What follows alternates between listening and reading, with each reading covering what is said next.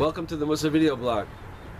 In the world today, there's a lot of distractions. There's all kinds of stuff, celebrities, sports, politics, things to keep us busy, and it's distractions. And a little bit is okay, but if we get too carried away with that, we can lose sight of what we're supposed to be doing, and it could rob away precious time. So in the Jewish world, there are Jewish distractions. Now, yeah, I've been talking a lot about lately that it's Rosh Hashanah, Yom Kippur, it's the season, we have to make changes.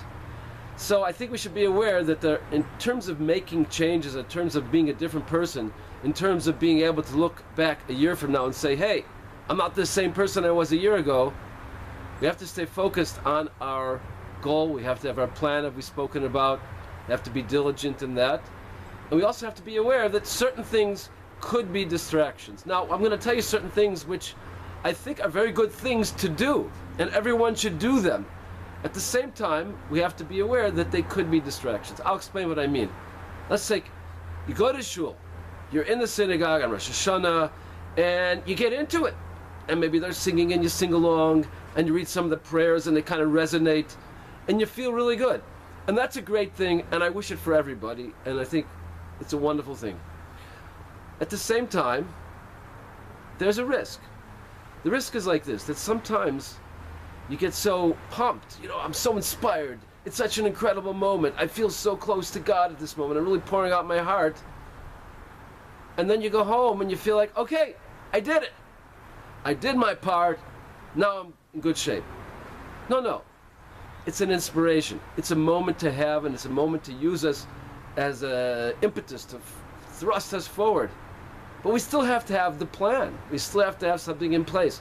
Again, I use my analogy with the exercise. Sometimes it's great to hear a lecture about exercise. Sometimes it's great to see a video. These things can inspire us. We read an article and I feel really pumped. I want to do it. But at the end of the day, you have to do the exercise. So if you read an article about exercise and you say, wow, this is great, fantastic, and you feel like you did something, you didn't do it. So if you have an inspirational moment in the shul, you go sit in the sukkah and you feel great. Yom Kippur, you're fasting, you're really flying high. Those are all fantastic things. But we have to remember that we still have to do the work.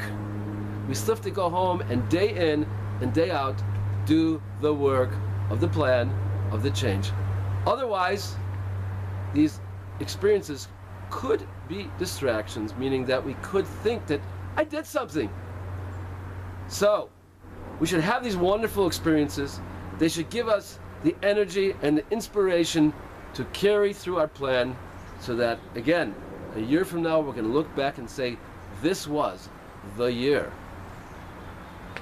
See you next year.